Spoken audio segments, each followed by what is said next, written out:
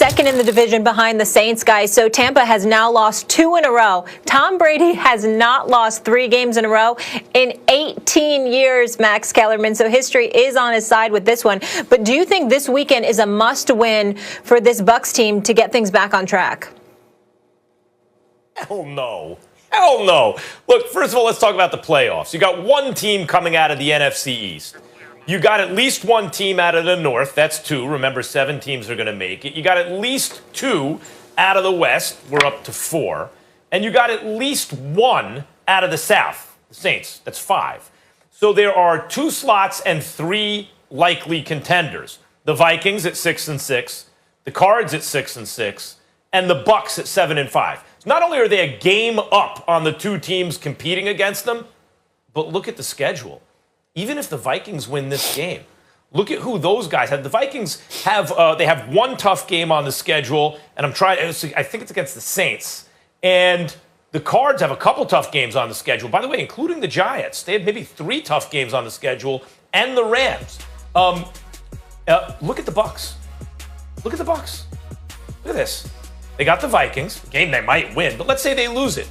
Remember, they're a game up. Then they got the Falcons twice and the Lions. The Bucs are in the playoffs, people. They're not going to miss the playoffs. So is it a must-win? Well, they have to start feeling good about themselves. Look, Brady has a lot of wisdom. I think when he talks about winning and competitive stamina, everyone should listen. The man knows what he's talking about as well as anyone who ever lived, right? From that point of view. However, 3 consecutive games is plenty of time to start feeling good about yourself, build momentum, and start to play better.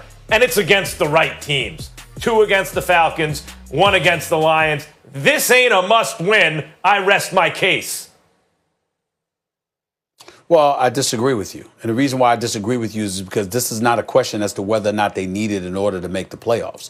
This is a question because psychologically they've been damaged. When they've gone against stiffer competition this season, they've struggled. The reality is when you're beating Denver and you're beating the Los Angeles Chargers and you're beating the Carolina Panthers, you look pretty damn good, just like you expected to look good with 2 of your last 3 games against the Atlanta Falcons and mixed in between games, a game against the Detroit Lions. So the bottom line is when it come playoff time, they're not Green Bay. They're not New Orleans. They're not Seattle. They're not the Los Angeles Rams. These are the kind of teams that you're going to have to deal with if you are indeed the Tampa Bay Buccaneers. And when you have a problem because you got the 27th ranked rushing attack because you forget to give the ball to Ronald Jones or Leonard Fournette, when you sit up there and Antonio Brown arrives and you don't look the same because you're prioritizing getting him the ball and getting him some playing time, and the deep threat that was Scott Miller or helped spreading your offense, suddenly he's being underutilized as well.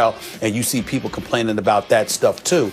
These are the kind of things that you have to fix. If Tom Brady was playing with Bill Belichick, then we wouldn't be as concerned about it. And I'm not just even talking about the greatness of Bill Belichick. I'm talking about the continuity factor. But because we're talking about Tom Brady with Bruce Arians and how people have been speculating as to whether or not Bruce Arians is even going to be there next year because they're questioning whether or not he and Tom Brady are an actual mix. All of those things come into play. And I think beating Minnesota and closing out these last 4 games, winning all 4 of them, would go a long way towards it. I think another loss to a decent team like Minnesota, who's been coming on strong lately, hits you more psychologically. You might be able to overcome it a little bit with the 2 Atlanta Falcons game and the Detroit games. But still in all, I wouldn't like it. I think it's important to win this game this weekend.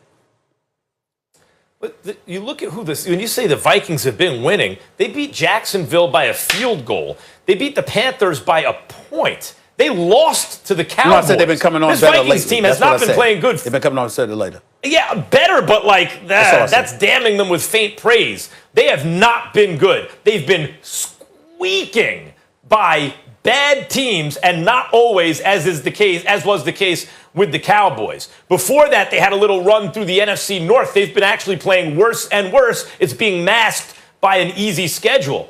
Meantime, the Bucs, who have they lost to recently? They got shellacked by the Saints. Yes, the Saints, if you've noticed, have been shellacking the entire league. They've been destroying everybody.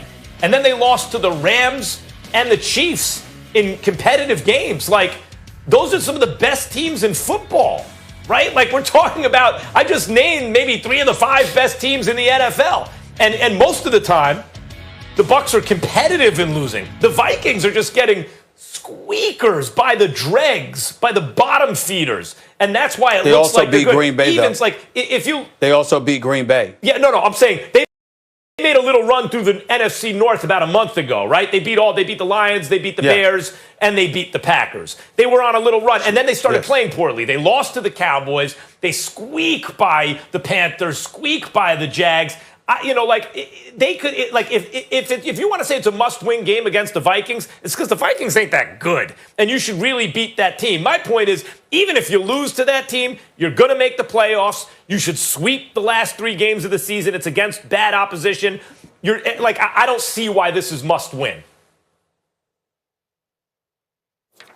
Again, because of all the things we've talked about with the Tampa Bay Buccaneers, they don't seem to be on the same page. I'm not saying that you win because, again, I'm not thinking about the playoffs. Of course, I think they're going to make the playoffs.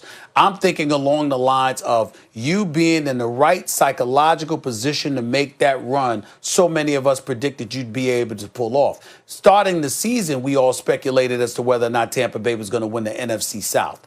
But because we know that New Orleans had played together and they got Drew Brees and all of this other stuff. But when you looked at Tampa Bay, you expected Bruce Arians, along with Tom Brady, to be on the same page, particularly with the multitude of weapons and Evans and Godwin and Gronk, O.J. Howard before he went down. We didn't even know about Scott Miller. We certainly didn't know that Antonio Brown was going to end up there. You had Ronald Jones with Leonard Fournette.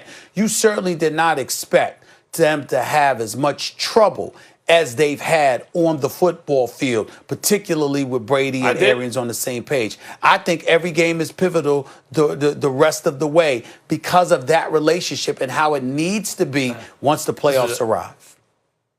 This is a 10 or 11 win team on paper. They're going to win 10 or 11 games this year. This is what it was supposed to be. All right.